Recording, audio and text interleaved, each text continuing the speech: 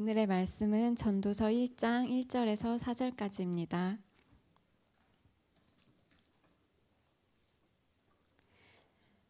다윗의 아들 예루살렘 왕 전도자의 말씀이라. 전도자가 이르되 헛되고 헛되며 헛되고 헛되니 모든 것이 헛되도다. 해 아래에서 수고하는 모든 수고가 사람에게 무엇이 유익한가? 한 세대는 가고 한 세대는 오되 땅은 영원히 있도다. 네, 할렐루야. 우리 또 박경환 목사님 또 슬픔을 또 여러 위로해 주셨죠. 이렇게 또 급작스럽게 섰지만 하나님의 허락 가운데 제가 온 줄 믿습니다. 오늘 무슨 말씀을 전할지 생각하다가 전도서 말씀을 나누고 싶은 또 생각이 들었어요. 인생의 헛됨에 대한 해답은 무엇인가? 한번 따라하겠습니다. 인생의 헛됨에 대한 해답은 무엇인가? 인생이 참 헛돼요.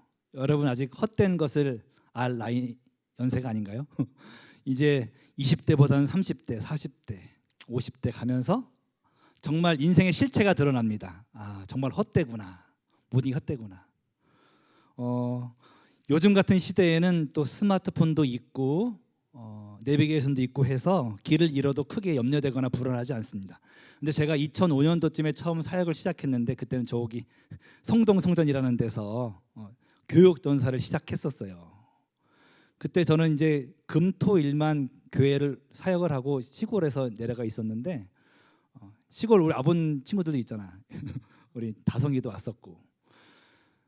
그래서 올라갈 때 이제 제가 처음으로 중고차를 구입을 해가지고 200만 원인가 주고 아주 차가 후졌어요. 그걸 사가지고 이제 올라오는데 내비게이션이 없으니까 엄청나게 공부를 많이 한 거지. 그래가지고 천안 논산 고속도로를 타서 경부고속도로를 타서 잘 나와가지고 다리 건넌 다음에 한단저기 건넌 다음에 강변북로를 타가지고 도무간선도를 잠깐 탄 다음에 내부고산에서 첫 번째 나가야 된다. 이렇게 다 외웠어요. 외웠는데 나중에 잘 갔는데 나중에 내부선에서 첫 번째 못 나가고 그 다음에 한번 쭉 간 거야. 그 마장이라는 데서 나가야 되는데 한 번 가면서 월곡이라는 데까지 갔거든요. 근데 거기까지 막 몇 시간 걸린 것 같은 거예요. 거기까지 가는데 그 다음부터는 완전히 제가 미아가 된 것처럼 아무런 감각이 없고 어떻게 왔는지 막 그래서 막 기도했습니다. 하나님 왼쪽입니까 오른쪽입니까? 막 그렇게 하니까 또 하나님 음성이 잘 들려. 벼랑 끝에 서니까 정말 기가 막히게 찾아왔어요. 기가 막히게 진짜 하나님 음성 들렸어. 그런데 와중에 어떤 차를 제가 딱 부대가지고 그 사람이 당시에 10만 원인가를 내고 가라는 거예요. 10만 원. 그래서 계좌번호 받고 당시 10만 원 컸거든요. 그래서 교회에 와가지고 제가 막 울먹울먹 하니까 우리 목사님들이 교육전사 불쌍하고 그러니까 자기들 돈 모아서 내주고 이런 기억이 있습니다. 지금 생각해 보면은 모르는 길을 간다는 것은 상당히 두려운 일이에요. 그런데 우리 모두에게 내일이 두려운 이유가 무엇입니까? 그 누구에게든지 간에 내일은 안 가본 길이에요. 나이가 많은 사람이든 좋은 대학 나온 사람이든 부자든 가난한 자든지 간에 내일은 아무도 알지 못하는 거예요. 그렇기 때문에 다 두렵습니다. 절대 결코 미래를 아주 조금도 컨트롤도 할 수 없는 게 인생인 거예요. 인생은 누구에게나 바로 연습 없이 실전으로 들어갑니다. 여러분 한번 살아봤잖아요. 인생 살아보고 다시 살면 잘 살 것 같지 않습니까? 그런데 인생은 누구에게나 연습이 없고 한 번에 그냥 가는 거예요. 하지만 저는 전도서를 통해서 하나님께서 우리에게 인생 예습을 할 수 있도록 해주셨다는 사실에 저는 감동을 합니다. 그리고 저는 인생의 어려움 중에서 욥기 때문에 참 치료받았는데 이 전도서 때문에 제가 큰 위로를 받고는 했었어요. 여러분도 전도서 말씀을 통해서 살아갈 힘과 용기를 얻게 되시기를 축복합니다. 솔로몬이 쓴 책이잖아요. 솔로몬이 아주 젊었을 때 청년기 때는 아가서를 썼고 또 중년기에는 잠언을 썼고 또 인생 마렵에는 전도서를 기록했다고 합니다. 돈도 지혜도 명예도 권력도 다 누려본 사람이 이제 다 허망하다, 다 헛것이다 라고 얘기하고 있는 게 전도서의 논조예요. 저는 철없을 때 생각했습니다. 뭐요? 지는 다 해보고선 나도 다 해보고 헛되다고 말하고 싶다. 그런데 생각해보면 그렇지 않습니까? 교통사고 나서 막 죽다 살아야지 내가 교통사고 위험하구나 아는 게 아니라 우리가 텔레비전 같은 데서 보고 나서 위험하네 진짜 완전운행 해야 되겠네 하는 것도 저는 지혜 같아요. 이 전도서는 청년들한테는 인생 예습의 기회를 제공하고 장년, 중년, 노년들한테도 이 책을 통해서 복음을 확실히 각인할 기회를 주기 때문에 중요한 책이에요. 결국 전도서는 이것도 소용없다, 돈 많이 벌어도 소용없다, 높아져도 소용없다, 다 헛것이다 이렇게 얘기하고 있는데, 그럼 뭐 하라는 얘기냐 이런 얘기가 나오잖아요. 그때 복음만이 답이다, 예수만이 답이다, 저 해 위에 천국만이 답이다라고 외치고 있는 게 전도서인 거예요. 그러므로 오늘 전도서 설교를 듣고 집에 가셔서 여러분 전도서 한번 쭉 읽어주시고, 반복해 읽는 동안에 여러분에게도 하나님께서 보물들을 하나씩 다 넣어주셔서 인생을 살아가는 지혜를 주실 줄 믿습니다. 인생이 얼마나 헛된지 한번 지나온 날들을 생각해 보세요. 전도서 1장에 헛되고 헛되고 헛되고 헛되니 모든 게 헛되다 5번이나 반복. 그 중에 4번은 히브리어에서 최상급 중에 최상급으로 헛되다고 지금 얘기하고 있는 거예요. 이건 우리의 인생의 실상을 잘 요약하고 폭로해주고 있는 겁니다. 성공, 실패, 사람들의 인정과 박수, 이 모든 것들도요, 인생 끝에서 바라보면 다 허무한 거예요. 끝, 죽음이란 빛을 통해서 바라보면 다 아무것도 아닌 거예요. 우리가 지금 하고 있는 고민들, 염려들, 또 계획들, 그것도 인생 끝이 언제 올지 모르는데, 내일일지 100살 되어서일지 80일지 알지 못하는데 끝에서 보게 되면 다 허무한 거예요.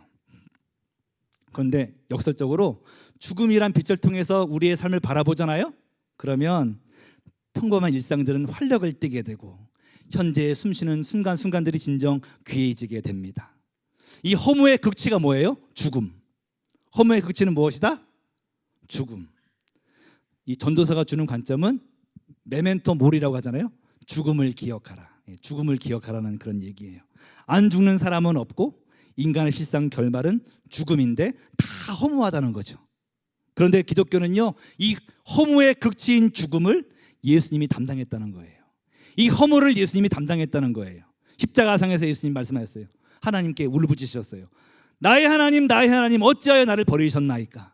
하나님이 버리시는 그런 체험을 할 때 얼마나 허무했겠습니까? 그리고 허무의 극치는 죽음인데 예수님이 그 죽음을 어떻게 하셨어요? 이기시고 부활하셨어요. 그렇기 때문에 영원한 생명의 길을 예비하신 주님 바라보면서 여러분 용기를 얻으시기를 바랍니다.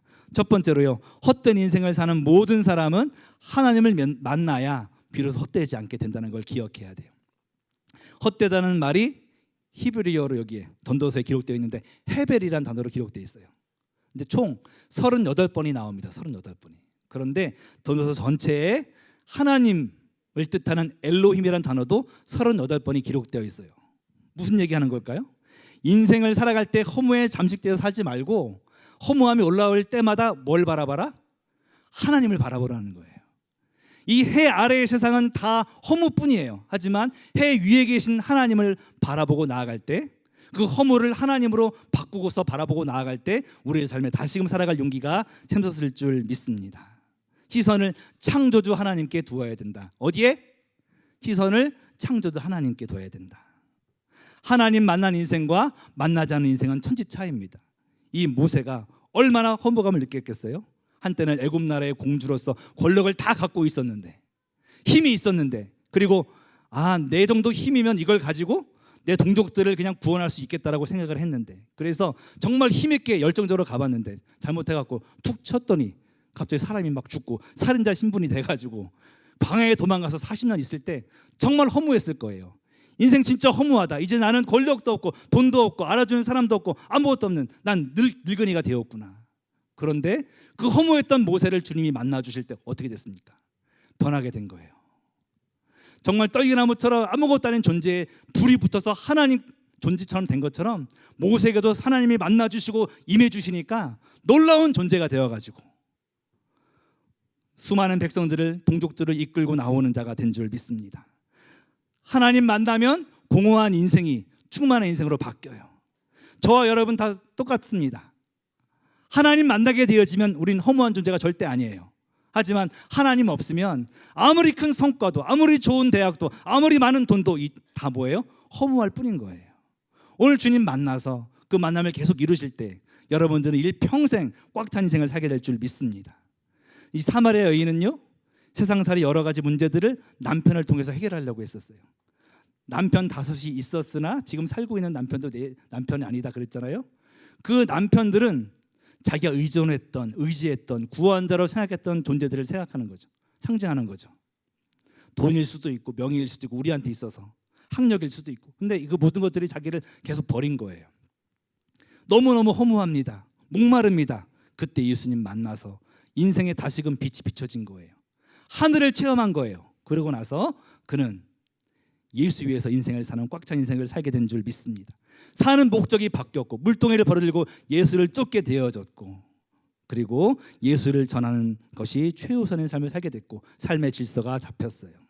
문둥병자, 세리, 창녀, 소경, 외아들을 잃고 절망하던 여인 모든 사람들이 허무의 인생에서 예수님 만나니까 하나님 만나니까 해 위를 체험하니까 인생이 꽉 차게 되었다는 것을 기억해야 됩니다. 이 허무한 세상 속에서 하나님 놓치면 그 즉시로 우리는 허무하게 돼요. 지금까지 주님과 동행했어도 오늘 이 순간에 내가 주님 놓치면 나는 그 즉시로 지금 허무한 존재인 거예요. 계속 그의 손을 잡고 하나님 손 잡고 해 위를 바라보고 살아가야 됩니다. 아무리 많은 이들이 박수치고 높은 자리에 올라도 돈이 많아도 점점 마음은 내면은 메말라가고 허무감에 죽을 듯 괴롭게 되는 거예요. 하지만 주님만 붙잡으면 내 인생은 절대로 내 위치와 상관없이 현재 상황과 상관없이 허무한 존재가 아님을 기억하시기를 축복합니다. 그래서 여러분 1 플러스 무한대가 뭐죠? 무한대. 1 마이너스 무한대는 마이너스 무한대. 나한테서 하나님이 계시면 나는 하나님 안에서 놀라운 능력자가 되는 거고 나에게서 하나님이 떠나시면 나는 아무것도 아닌 존재가 되는 거예요.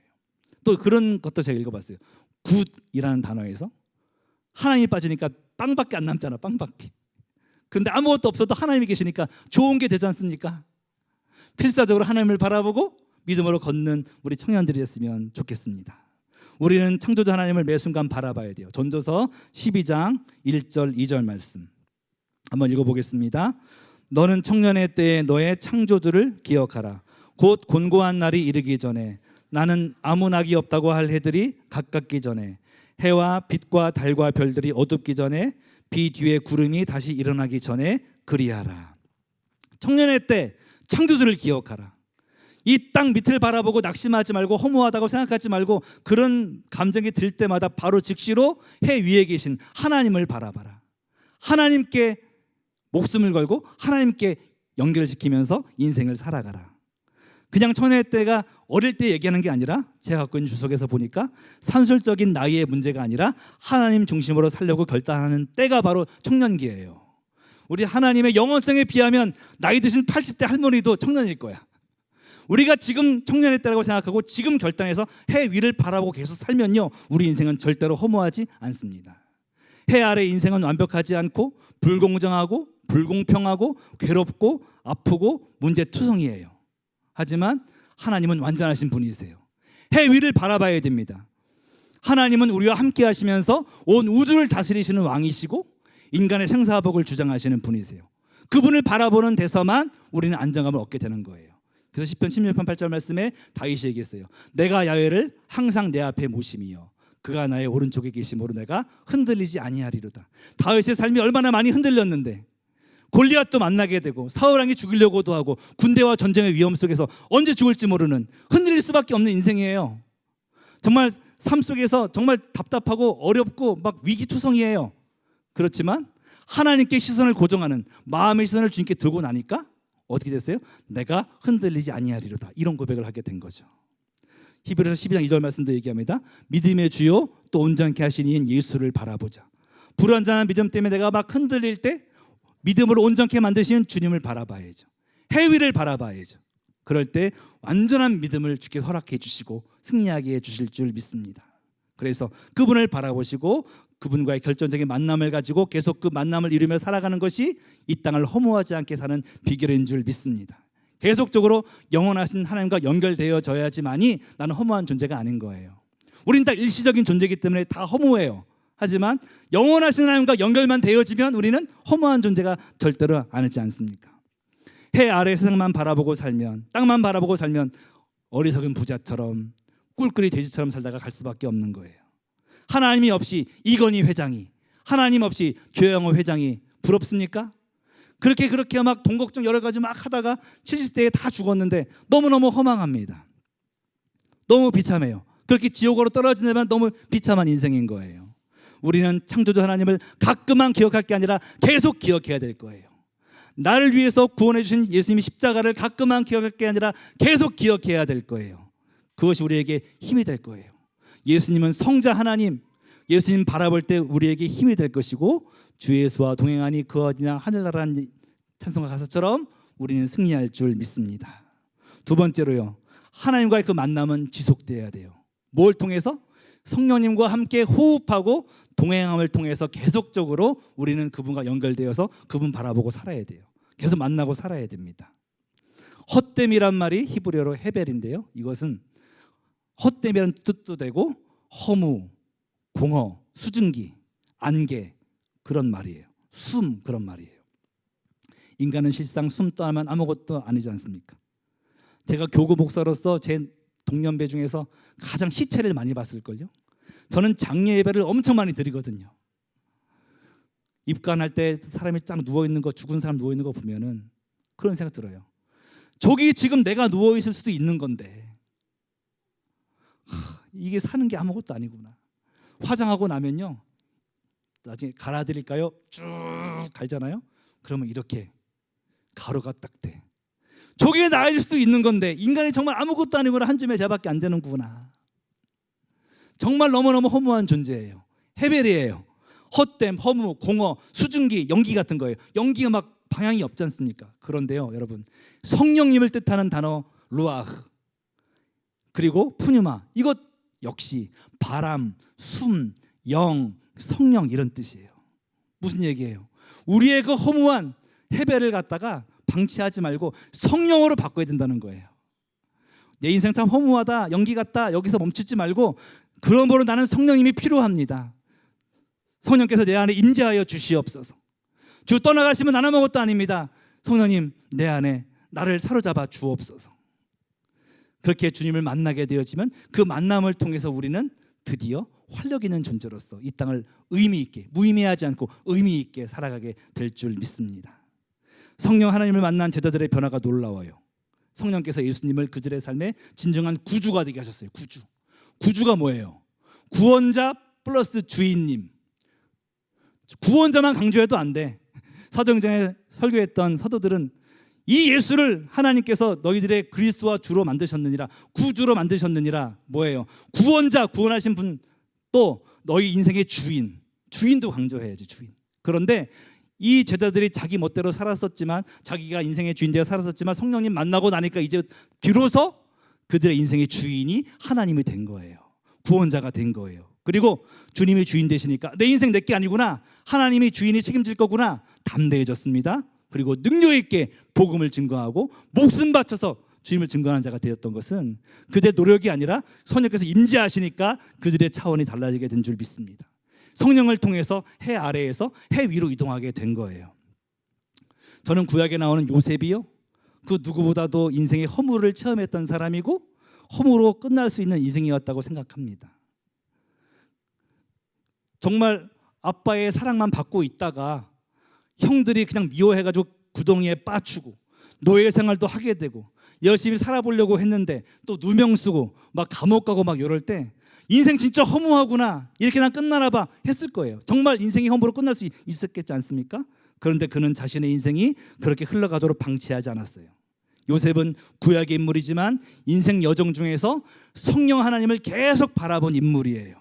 그게 그의 인생을 질서 잡히게 만들었고 이 땅에서의 불공정과 허무, 고통을 이기고 하늘의 능력을 힘있게 만든 거예요. 어떻게 할 수 있느냐? 창세기 41장 38절이에요. 한번 읽어보겠습니다. 바로가 그의 신하들에게 이르되 이와 같이 하나님의 영에 감동된 사람을 우리가 어찌 찾을 수 있으리요 하고. 지금 바로 왕은 하나님 믿는 사람이 아니거든요. 그런데 이 요셉이 꿈을 해몽하는 걸 보니까 이건 보통이 아니야. 그래서 뭐라고 얘기하는 거예요? 요셉 너 진짜 성령 충만하구나, 하나님의 영에 감동된 사람이구나. 안 믿는 사람도 알게 되는 거예요. 성령 충만하게 되어지면 성령님께 사로잡히게 된 거죠. 그것이 그의 인생을 결코 허무로 끝나지 않도록 꽉 찬 인생을 살도록 만들어 주신 줄 믿습니다. 그래서 성령님을 만나면 어떻게 되느냐? 로마서 8장 26절부터 29절까지를 한번 읽어보겠습니다. 이와 같이 성령도 우리 연약함을 도우시나니 우리는 마땅히 기도할 바를 알지 못하나 오직 성령이 말할 수 없는 탄식으로 우리를 위하여 친히 간구하시느니라. 무슨 말이에요? 지금 성령 충만한 요셉을 주님이 도와주셔서 고난을 이기게 만들어 주셨다는 거예요. 이어서 28절 읽어보겠습니다. 우리가 알거니와 하나님을 사랑하는 자 곧 그의 뜻대로 부르심을 입은 자들에게는 모든 것이 합력하여 선을 이루느니라. 우리는 알고 있습니다. 성령 충만한 요셉을 주님이 이끄셔서 인생을 어떻게 만들었는지, 어떻게 국무총리까지 되게 만드셔서 그 모든 아픔과 상처들을 오히려 계단 삼아서 국무총리로 만들어가지고 수많은 동족들을 살리게 했는지를 알고 있어요. 성령께서 그의 인생을 허무하지 않게 합력해서 선을 이루게 만드신 거죠. 이어서 29절입니다.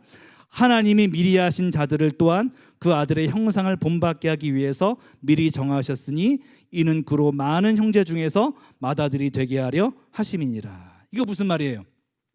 요셉의 삶을 보면요, 구약의 인물이지만 예수님을 닮았어요. 그의 형들을 용서하는 모습 보십시오. 이건 인간의 힘으로 되는 게 아니에요.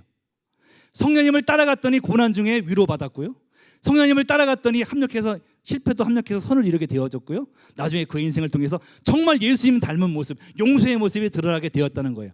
허무한 인생이 아니라 정말로 꽉 찬 인생을 살게 되었다는 거예요. 바울 역시도 성령 충만하니까 감옥에서도 기뻐하고 성경을 쓰고 용서하는 삶을 살게 되지 않았습니까? 그래서 주님께서는 저와 여러분도 그렇게 되길 원하시는 거예요. 그냥 바람에 나는 겨처럼 허무하게 끝난 인생이 아니라 오늘 하루 성령을 의지해서 꽉 찬 인생, 고난을 만나도 고난을 통과하게 하는 힘을 경험하고, 또 여러 가지 실패와 아픔과 실수도 경험하지만 이걸 합력해서 선을 이루시는 하나님을 체험하게 하는 게 주님의 목표이고, 궁극적으로 천국 갈 때까지 우리의 삶에서 정말 예수님 닮은 모습이 드러나고 용서의 모습이 드러나고, 그런 것들을 보면서 주께서 감동하시려고 우리에게 그런 삶으로 초청하시는 줄 믿습니다.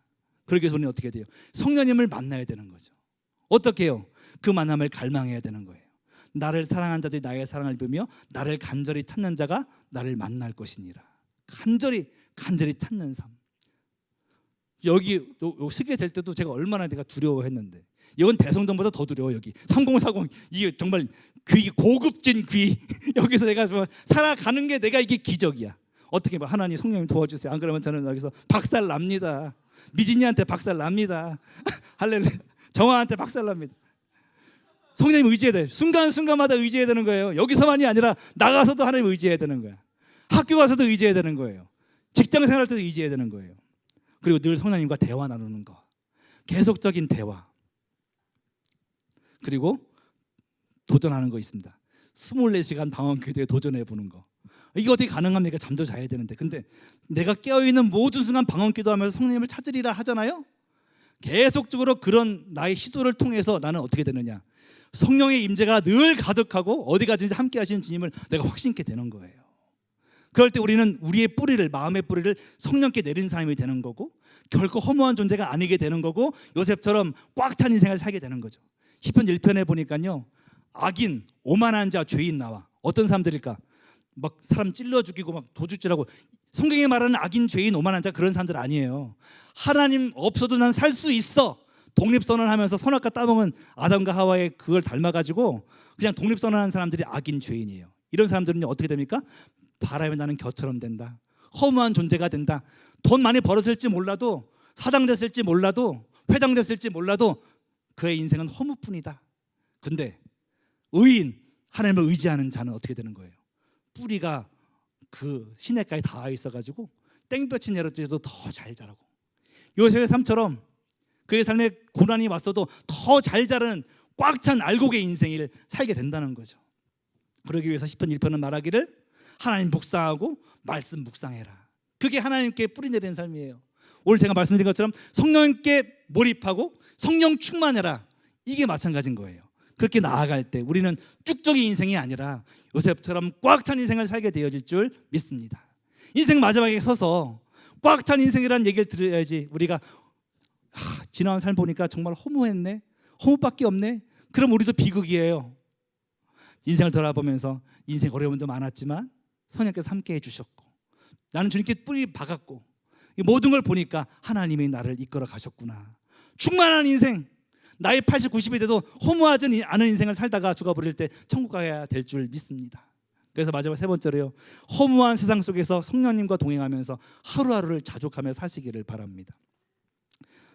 전도서에서는요, 쭉 읽어보시면 알겠지만 이것도 허무해 저것도 허무해 막 이렇게 나가다가요, 중간중간에 까르페 디엠 구절이 나와. 까르페 디엠 뭐예요? 오늘을 꽉 붙잡아라, 그런 뜻이잖아요. 6번이 나와. 6번 쭉 나가다가 2장 24절 보세요. 이렇게 나와. 사람이 먹고 마시며 수고하는 것보다 그의 마음을 더 기쁘게 하는 것은 없나니 내가 이것도 본즉 하나님의 손에서 나오는 것이로다. 또 3장 13절 보니까 사람마다 먹고 마시고 수고하는 것과 수고함으로 낙을 누리는 것이 하나님의 선물이다. 또 3장 22절에 그러므로 나는 사람이 자기 일에 즐거워하는 것보다 더 나은 것이 없고, 이렇게 하면서 6번이 나와. 중간중간에 뭘 얘기하는 걸까요? 지금 이 순간에 충실하라, 그런 얘기예요. 이 구절들은 노세 젊어서 노세 그런 얘기가 아니에요. 이 구절들은 잘 먹고 잘 살자, 내일 죽을지 모르니까 오늘 잘 먹자, 그런 얘기가 아니에요. 오늘이라고 하는 하루를 주신 주님께 감사하고 자족하면서 성령 하나님을 붙들고 하루를 살자는 거예요. 내일을 염려하지 말고, 과거를 후회하지 말고, 오늘 하루를, 오늘 선물로 받은 하루를 주님을 경외하면서 주님 붙잡고 주님 바라보면서 하루를 충실하게 살자는 거예요. 성령과 더불어 하루를 살자는 거예요. 그렇게 주도권을 하나님께 드리면서 순종으로 나아갈 때 하나님께서 우리 삶을 명작으로 만들어 주실 줄 믿습니다. 하루가 모여서 1년이 되고 그것들이 모여서 평생이 되지 않습니까?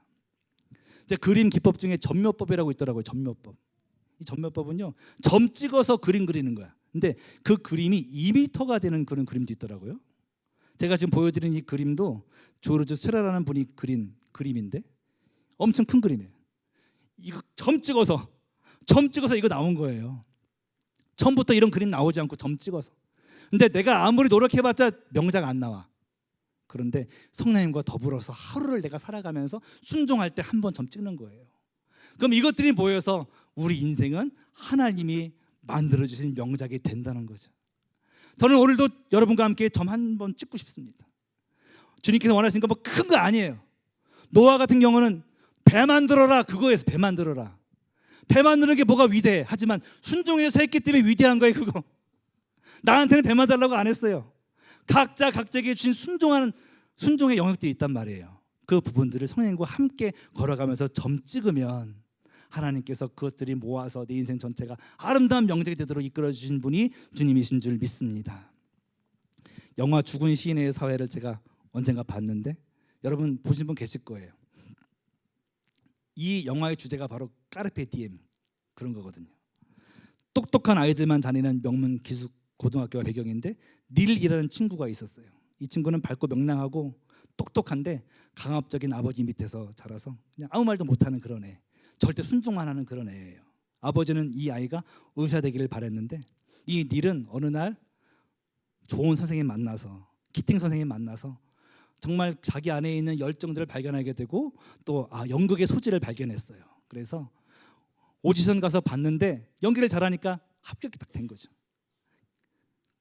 그래서 그 퍽이라는 배역으로 딱 맡게 되어졌는데 마음이 초조한 거예요. 선생님, 우리 아버지는 절대 반대할 거예요. 그러니까 선생님이 네 진심을 말해주면은 전하면 아빠도 허락해 줄 거야. 그래서 진심을 말했더니 아버지 하는 얘기가 심한 꾸중을 한 다음에 너 헛된 소리 자꾸 하면 이제 너를 전학시켜서 유년 사관학교 스파르타 학원에 보내버린다, 이렇게 한 거예요. 다시 한번 마음을 가다듬고 정말 진심되게 아버지한테 다시금 요청했습니다. 아빠, 이건 내 인생의 전부예요. 연극은 내 인생의 전부예요. 계속 반대하니까 이제 힘을 잃어버렸습니다. 결국 어느 날 밤에 닐은 자기의 첫 역할 퍽이 쓰는 관을 써본 다음에 내려놓고 아버지 서재에 가서 권총으로 쏴서 생을 마감합니다. 그리고 부모가 오열하는 그런 장면이 나왔어요. 너무 가슴이 아픈 그런 장면이죠. 결코 자녀는 부모의 소유물이 될 수 없습니다. 결코 미래의 신구를 위해서 오늘이 희생되면 안 되는 거예요. 오늘 하루를 충실해야 되는 거예요. 누구와 함께? 하나님 바라보면서 성령님과 동행하면서 충실해야 돼요. 그래서 하루하루를 소중히 여기는 매일이 되어야 됩니다. 디도서 3장 5절 말씀 보니까 성령으로 새롭게 된다 그랬어요.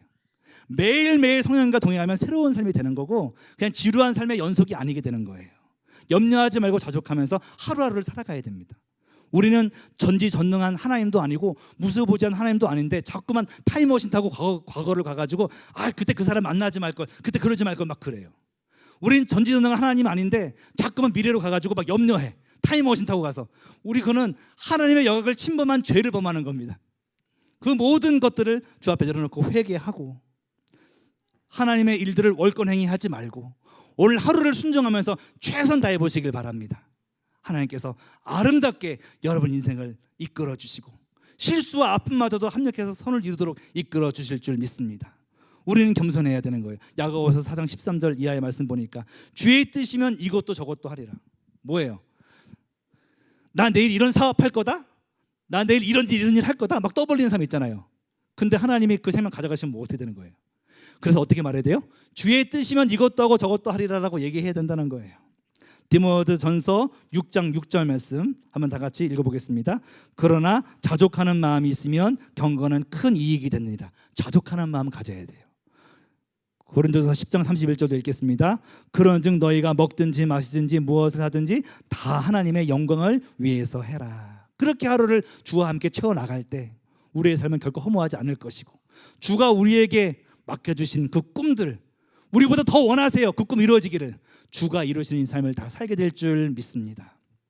믿음의 선진들은요 잠자리 들 때마다 주님 내가 주와 함께 죽습니다 하고 잠자리 들었대요. 맞잖아요. 여러분 잠자서 깨어나지 않으면 그게 죽은 거예요. 잠잘 때마다 내가 주와 함께 죽습니다. 일어날 때마다 내가 죽지 않고 살았군요. 주님 오늘 하루를 주신 것 감사합니다.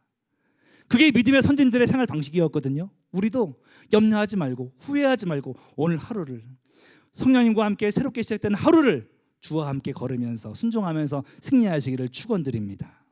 말씀을 정리하겠습니다.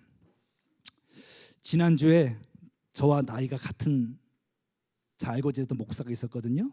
그 목사님이 미국에 선교사를 갔는데 결혼도 하지 않은 미혼 목사님이에요. 근데 제가 이렇게 지역 예배 드리고 있는데 문자가 딱 들어오는데 서린건 목사 사망해라고 딱 뜨는 거예요. 너무 놀랐어요.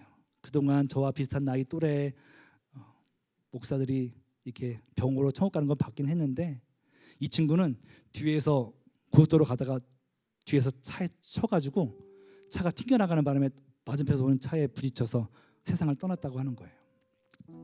어머니는 홀어머니시고 또 누나 한 명 있는데 정말 그 어머니가 여의도교회 수예배 드리시고 오후에 이단 세미나 듣고 계신데 아무도 그 말을 전할 수가 없었다는 거예요. 차마 말할 수가 없는데 겨우 말했을 때 어머니께서 믿을 수가 없다면서 선교국에 가보겠다고 그렇게 얘기했다고 하면서 그 얘기 듣는데 마음이 너무 아프더라고요. 한동안 정말 멍했습니다. 우리 인생이 언제 어떻게 끝날지 아무도 알지 못하는 거예요. 아무도 자신할 수 없어요. 돈이 많다고 해도 자신할 수 없어요. 권력이 있다고 해도 자신할 수 없어요. 또 가난하다고 해서 흠도 아니에요. 언제 끝날지 모르는 인생이지만 오늘 하루 주님께서는 우리에게 충실하시기를 원하십니다. 주님 없는 이 세상은 허무해요. 주님 따르면 허무밖에 남지 않습니다. 주님께서는 우리에게 허무하게 살다 가라고 이 땅에 우리를 보내시지 않았어요. 해 아래의 세상은 허무로 가득 차 있지만 해 위를 바라보고 하나님 바라보고 하나님과 동행하면서 그분과 교제하면서 그분의 음성을 듣고 순종하며 살다가 주가 부르실 때 할렐루야 하면서 천국 가라고 입성하라고 주께서 우리를 부르신 거예요. 그러므로 우리는 썩어질 물질 세계를 바라보면서 낙심치 말고 하나님 바라보고 하나님을 만나야 될 줄 믿습니다. 그리고 성령님을 통해서 계속 그 만남을 이루시고 성령님과 매 순간 호흡하면서 살아야 돼요. 그리고 주님이 주신 하루하루를 감사로 받아들이고 주와 동행하면서 자역하며 살 때 결코 허무하지 않은 인생, 하나님의 거대한 구원 사역에 동참하는 인생 될 줄 믿습니다. 요셉처럼 성령과 동행하면서 고난을 뚫고 나가고 합력해서 선을 이루신 주님을 체험하고 인생을 통해서 예수 닮는 모습 세상에 드러나는 승리의 삶을 여러분 모두가 살기를 주의 이름으로 축원드립니다.